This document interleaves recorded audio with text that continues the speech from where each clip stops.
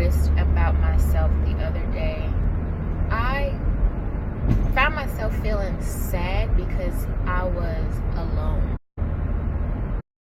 I don't mean alone as in, I'm just a lonely person. I don't have anybody in my life, things like that. But when the day is kind of at an end and you just have a moment to yourself, I was genuinely sad. I needed somebody to be around me and things like that. And it got me to thinking how common that is in people. People feel sad when they're alone.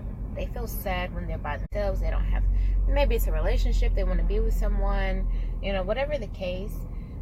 And it had me thinking how important it is that we learn to love ourselves by ourselves. Like, we're not usually alone. I think we get so used to having people around us that we forget how to love ourselves in solitude. And I think that's so important that we are comfortable, with ourselves. It's almost like we're afraid of being by ourselves. Like, if you're around somebody and being around that person makes you uncomfortable, that's kind of a sign to you that you don't need to be around that person. There may be some issue that needs to be worked out, or it's just not a safe situation for you. If we feel uncomfortable, if we feel sad and out of place in solitude, then that means that we need to work on ourselves, being happy with who we are alone. You can't be happy with people. You can't, people can't make you happy if you're not happy by yourself. So I challenged myself to solitude. I challenged myself to really, really enjoying my space by myself. I think, maybe it's everybody, but when you're alone and you're just kind of in a place by yourself, you're not watching TV or anything, you think, like, maybe people are afraid of their thoughts. Maybe they're afraid of who they are by themselves, and you need to fall in love with that person before you give that person to anybody else, whether that be a relationship, whether that be children or whatever.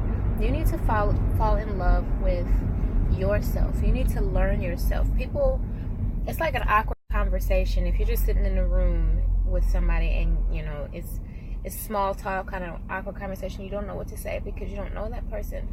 It's kind of like that with ourselves. We don't know how to just be around ourselves. So I'm challenging myself, and I challenge you to solitude and to enjoy solitude. If you don't enjoy being by yourself, then you need to work on that. You need to dissect that situation. You need to figure out why you're afraid of being alone in your space, and come out of that. Fall in love with yourself.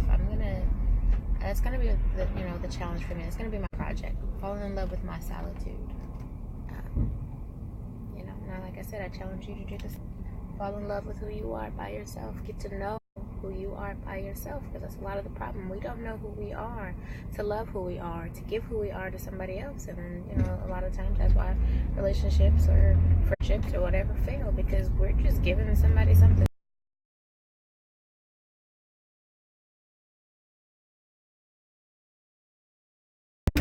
You have to believe in that product. If you don't even know yourself, you can't believe in yourself enough to give it to somebody else. So love yourself.